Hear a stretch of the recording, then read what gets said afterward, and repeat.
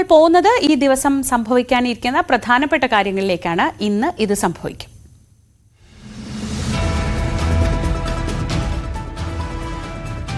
സർക്കാർ ജീവനക്കാരും അധ്യാപകരും ഒരു വിഭാഗം സർക്കാർ ജീവനക്കാരും അധ്യാപകരും ഇന്ന് പണിമുടക്കുകയാണ്. സെറ്റോയുടെ നേതൃത്വത്തിൽ പ്രതിപക്ഷ സർവീസ് സംഘടനകളും ജോയിന്റ് കൌൺസിലിന്റെ നേതൃത്വത്തിൽ സിപിഐയുടെ സർവീസ് സംഘടനകളുമാണ് പണിമുടക്ക് പ്രഖ്യാപിച്ചിരിക്കുന്നത്. പണിമുടക്ക് നേരിടാൻ സർക്കാർ ഡയൻസ് നോൺ പ്രഖ്യാപിച്ചിട്ടുണ്ട്. ബ്രൂവറി വിവാദം നിയമസഭയിൽ ഉന്നയിക്കാനാണ് പ്രതിപക്ഷത്തിന്റെ നീക്കം. എക്സൈസ് മന്ത്രിക്കെതിരെ അഴിമതി ആരോപണം പ്രതിപക്ഷം ഉന്നയിക്കും. നയപ്രഖ്യാപനത്തിന്റെ നന്ദി പ്രമേയത്തിന്മേലുള്ള ചർച്ച ഇന്നും തുടരും.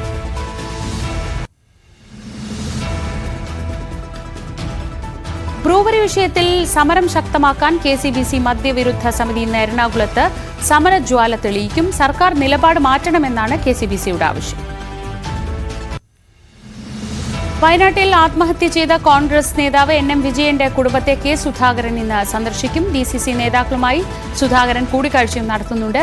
കോൺഗ്രസ് നേതാക്കളുടെ ചോദ്യം ചെയ്യൽ ഇന്നും തുടരും. പാലക്കാട് CPM ജില്ലാ സമ്മേളനം 2ാം ദിവസത്തിലേക്ക് കടന്നിരിക്കുന്നു. സംസ്ഥാന സെക്രട്ടറി MV ഗോവിന്ദൻ സമ്മേളനത്തിൽ പങ്കെടുക്കും. വിവാദ വിഷയങ്ങൾ സമ്മേളനത്തിൽ ചർച്ചയാകും. കൂത്താട്ടുകുളം നഗരസഭാ കൌൺസിലർ കലാരാജുവിനെ കടത്തിക്കൊണ്ടുപോയ കേസിൽ ഇന്ന് കലയുടെ മൊഴിയെടുക്കും. കലാരാജുവിന്റെ ആരോഗ്യസ്ഥിതി പരിഗണിച്ച് മൊഴിയെടുക്കുന്നത് ഇന്നത്തേക്ക് മാറ്റുകയായിരുന്നു. കേസിൽ അറസ്റ്റിലായ 4 പ്രതികളെ മൂവാറ്റുപുഴ 1ാം ക്ലാസ് മജിസ്ട്രേറ്റ് കോടതി റിമാൻഡ് ചെയ്തു. കണ്ണൂർ ന്യൂമാഹിയിൽ 2 RSS പ്രവർത്തകരെ വെട്ടിക്കൊന്ന കേസിൽ വിചാരണ ഇന്ന് തുടങ്ങും. വിചാരണ നടപടികൾ തലശ്ശേരി കോടതിയിലാണ്. TP വധക്കേസ് പ്രതികളായ കൊടിസുനിയും മുഹമ്മദ് ഷാഫിയും കേസിൽ 2ഉം 4ഉം പ്രതികളാണ്. പരോളിലുള്ള കൊടിസുനി കോടതിയിൽ ഹാജരാകും.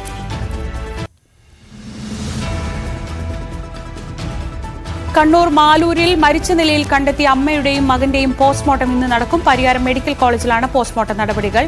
മദ്യലഹരിയിൽ വീട്ടിലെത്തിയ സുമേഷ് അമ്മ നിർമ്മലയെ കൊലപ്പെടുത്തിയ ശേഷം ആത്മഹത്യ ചെയ്തുവെന്നാണ് നിഗമനം.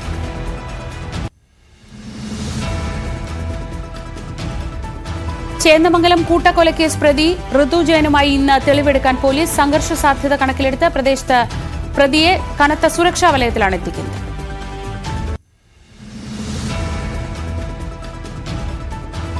തൃശൂർ അതിരപ്പള്ളിയിൽ മസ്തകത്തിൽ മുറിവേറ്റ കാട്ടാനയ്ക്ക് വിദഗ്ധ ചികിത്സ ഉറപ്പാക്കാനുള്ള നടപടികൾ തുടങ്ങുകയാണ്. വനംവകുപ്പ് chief veterinary surgeon doctor Arun സഖറിയും സംഘവും അതിരപ്പള്ളിയിലെത്തി.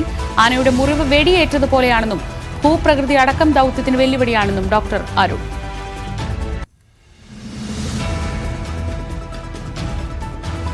മഹിളാ മോർച്ചയുടെ നേതൃത്വത്തിൽ ഇന്ന് രാവിലെ 11 മണിക്ക് മന്ത്രി MB രാജേഷിന്റെ വസതിയിലേക്ക് മാർച്ച് നടത്തും. സംസ്ഥാന അധ്യക്ഷ അഡ്വക്കേറ്റ് നിവേദിത ഉദ്ഘാടനം ചെയ്യും.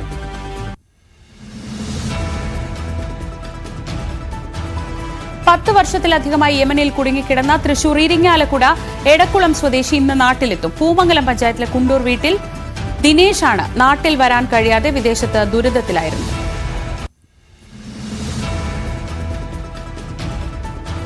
കൊൽക്കത്ത RG കർ മെഡിക്കൽ കോളേജിലെ ജൂനിയർ ഡോക്ടറുടെ ബലാത്സംഗ കൊലപാതക കേസ് സുപ്രീം കോടതി ഇന്ന് പരിഗണിക്കും. പ്രതി സഞ്ജയ് റോയ്ക്ക് ജീവപര്യന്തം ശിക്ഷ വിധിച്ച പശ്ചാത്തലത്തിലാണ് കേസ് സുപ്രീം കോടതിയിലേക്ക് എത്തുന്നത്.